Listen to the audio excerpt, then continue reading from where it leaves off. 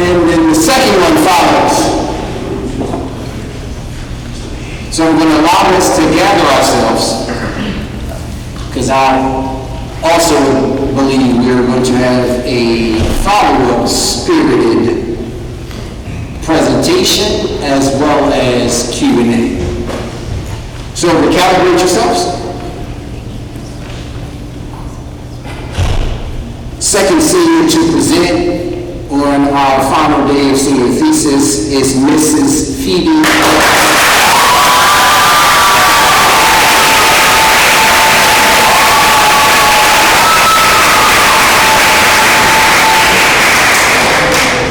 Miss Phoebe will be sharing on the immorality of abortion.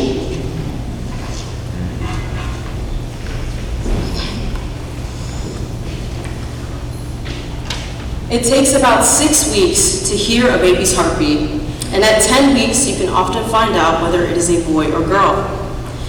Why do we throw baby showers or gender reveal parties? What is the purpose of having NICUs, prenatal vitamins, and extensive prenatal care? Why have all these devices, medicine, and research available to us, or these traditions ingrained in society, if life before birth does not matter? These things exist because unborn life does matter, and that is what I'm here to talk about today. Abortion has existed throughout history.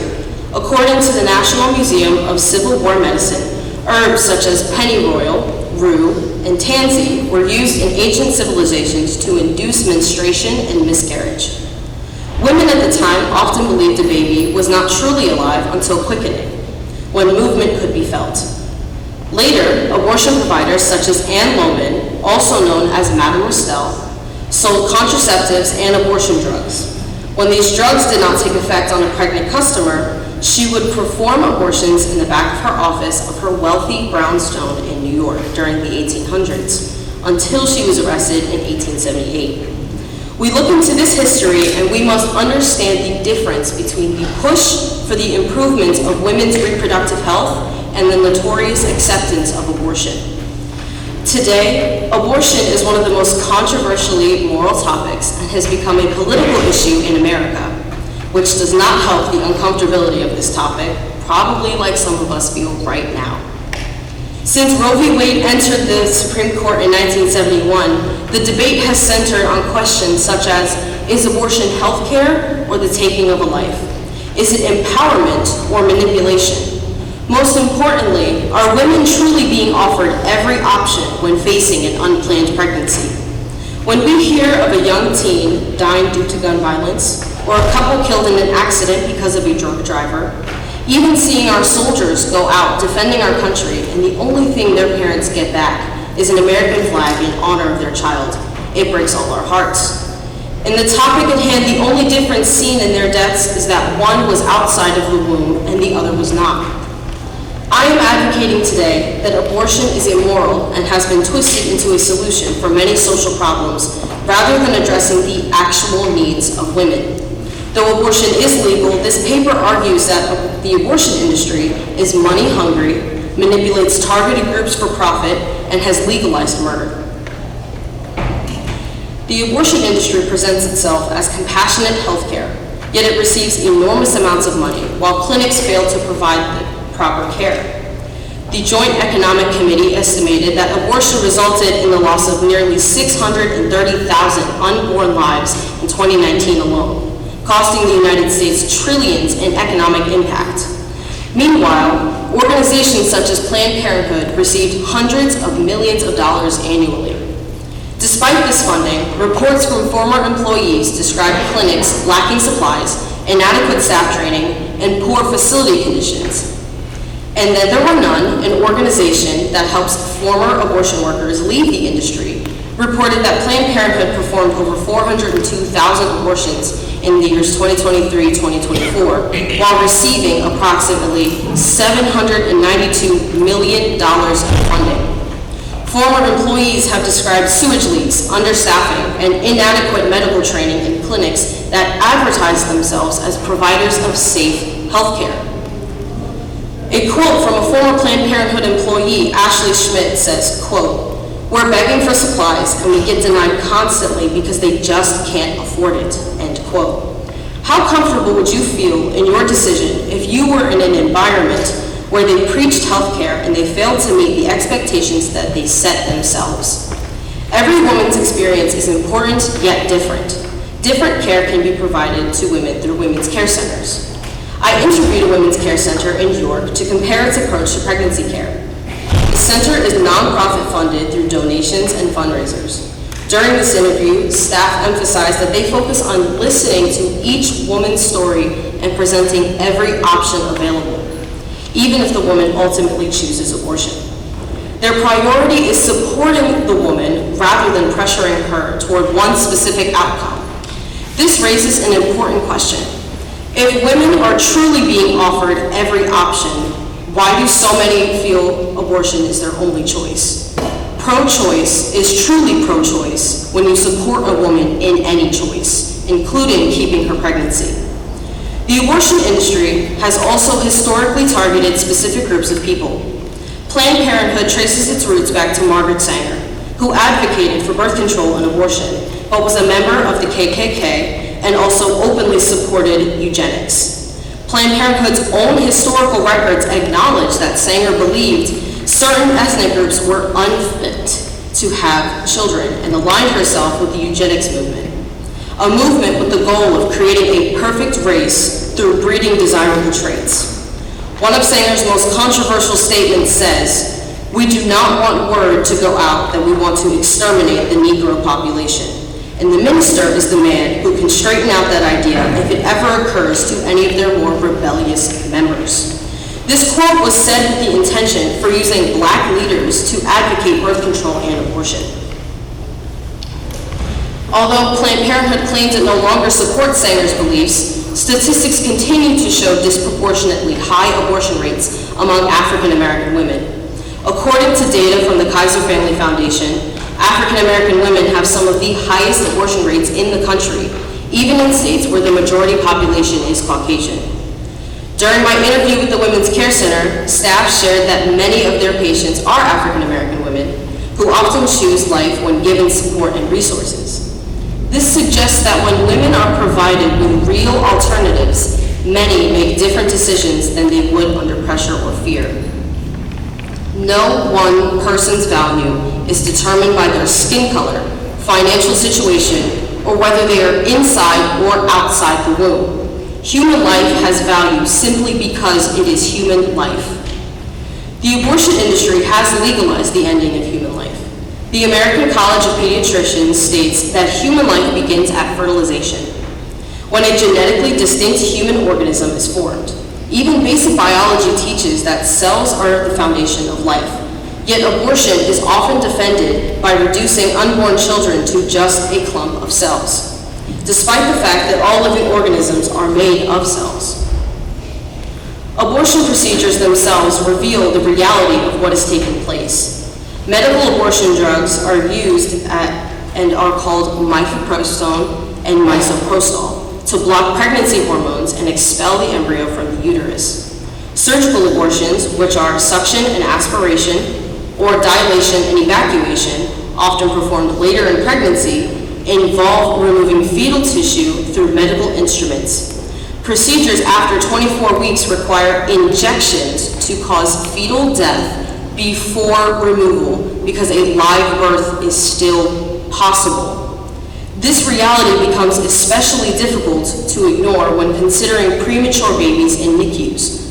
Babies born prematurely at the same stage of development as aborted babies are often treated as patients worth saving. The difference is not their humanity, but whether they are wanted. Some may argue that the same medical procedures used during abortion can also be used after miscarriages.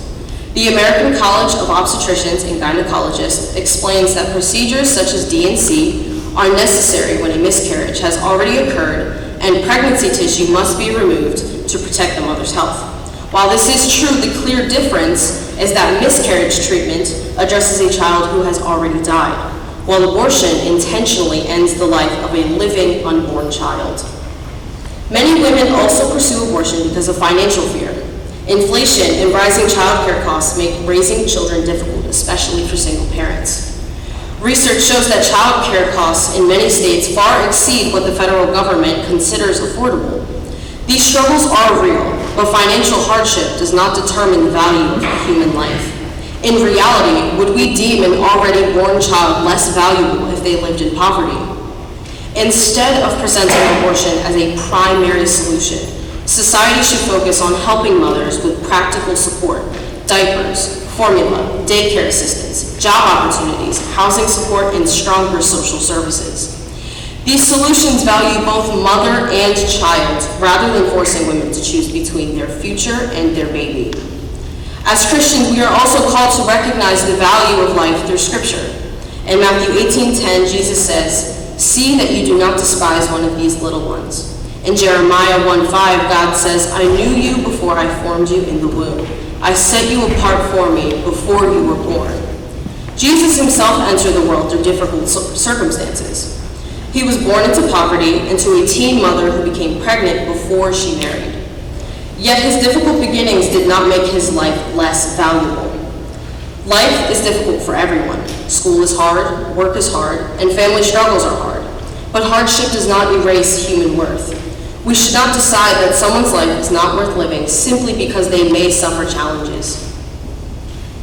Today, generations of people have worked to normalize abortion and devalue unborn life.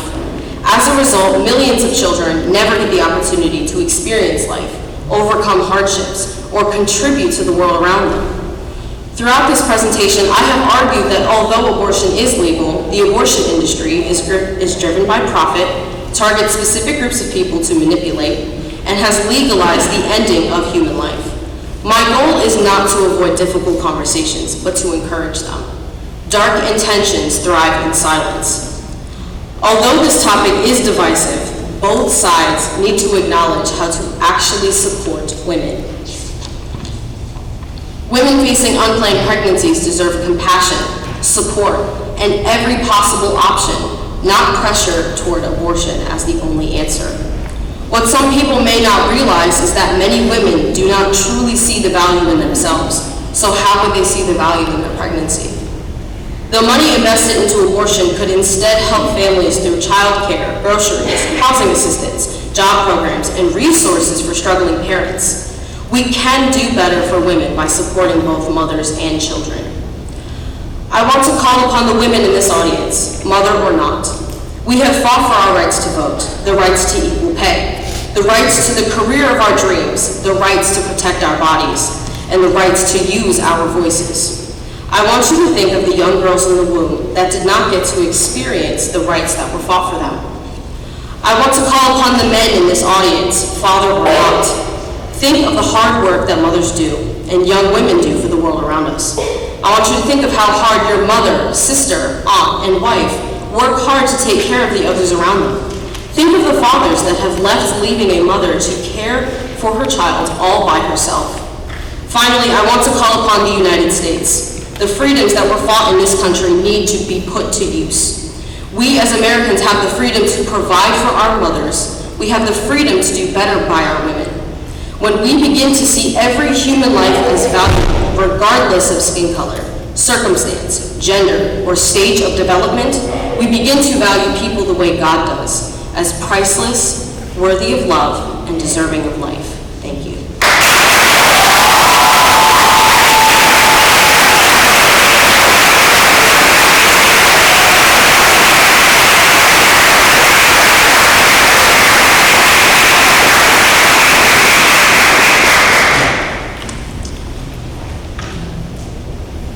You did great. Good job. Grace and truth. Good job. Moving forward to panelists, I'm going to start with a limitation of one question. So my advice is if you have a comment, add that with your question, or maybe compound your question to, A and B, so that she can try to tackle it all at once, all right? I feel like I was directed at me. We're in a time crunch, that's my Great job. Very important topic.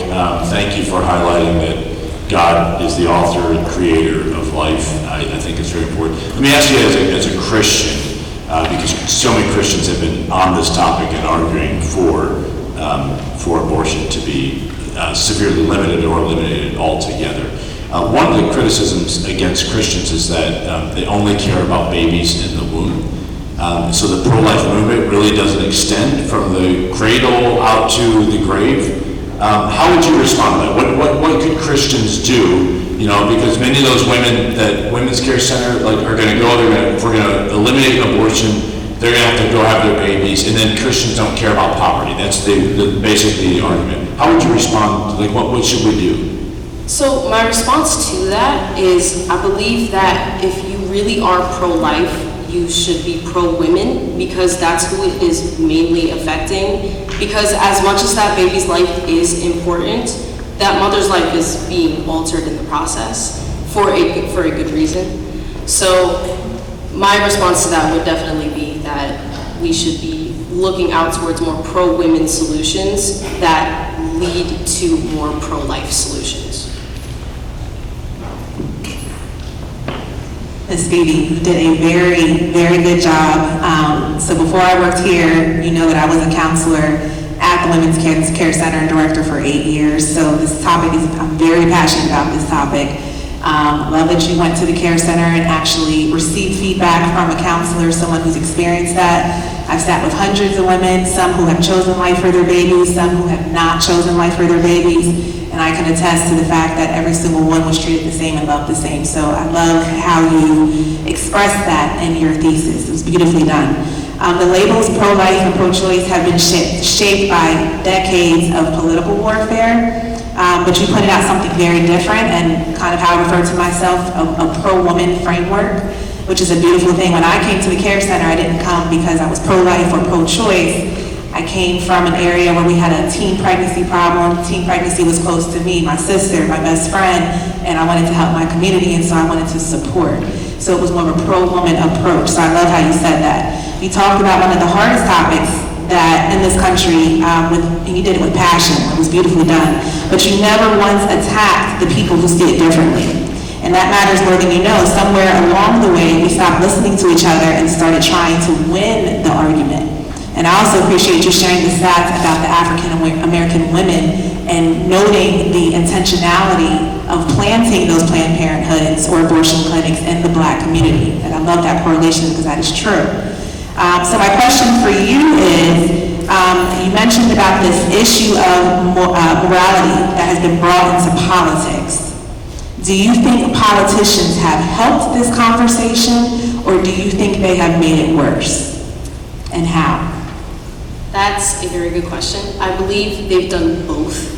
So for good, obviously pushing legislation, pushing for different bills, different acts upon, and one of them being the Abortion Act of 2003. In that, actually, I find it very surprising when I do talk about the surgical abortions and how they must initiate fetal death because a live birth is possible.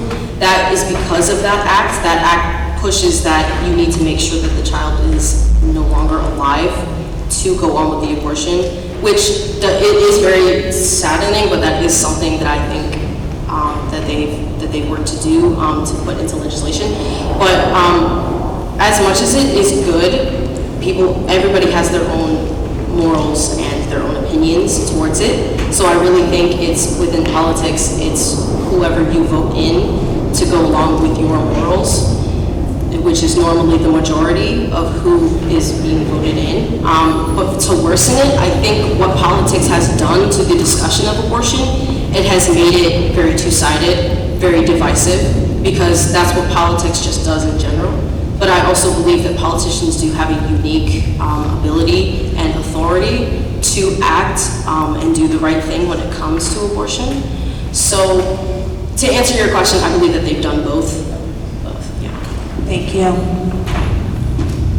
Thank you so much for your clear and compelling presentation. You mentioned that this has become a political issue. And interestingly, abortion rates fell under Presidents Clinton and Obama and rose under Presidents Bush and Trump. contrary to what we would expect, since Democrats typically support and Republicans typically oppose abortion. So clearly, political support for or against abortion is not the only factor, and maybe not even the main factor in limiting abortion. So, for voters who think, like you, that abortion takes innocent lives, what other considerations should they take into account as they evaluate their vote for political candidates? Thank you for your question. My emphasis for my thesis is first steps towards leading women away from abortion altogether.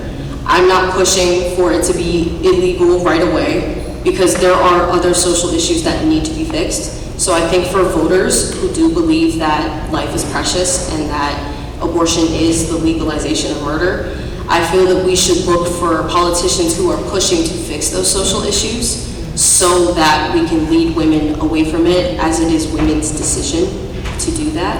So I believe that if a politician were to push a pro-life agenda, they should also be pushing for fixing different social issues, such as inflation, such as fathers leaving the home, such as women raising children all by themselves, job opportunities, job programs, and other social issues like that and such. Not yet. Don't applaud yet. I got a question for you. Because you look like a politician. You sound like a politician. And I'm curious to see what your future becomes. So, fast forward 8 years. You are vying for votes to be in office. Here's a question from a potential voter at a town hall. If elected to this office, how would you advocate pro-women policies and funding to encourage keeping babies? I would push, that's a very good question, thank you for it. I would definitely push for, again, solving different social issues, and I believe that a way, and a lot of people will immediately ask, well, with what funding? I believe that in my paper, I do emphasize that abortion clinics receive millions of dollars annually for performing abortions. So I believe that that funding can be used for other social issues. Because in all honesty, considering the conditions of these clinics, considering the way that it has affected women, even good or bad, it still is a very high majority that healthcare, it's not really healthcare. So I don't deem that funding as healthcare funding. I would deem it as unnecessary funding, and that funding can be used for other social issues. Please give a round of applause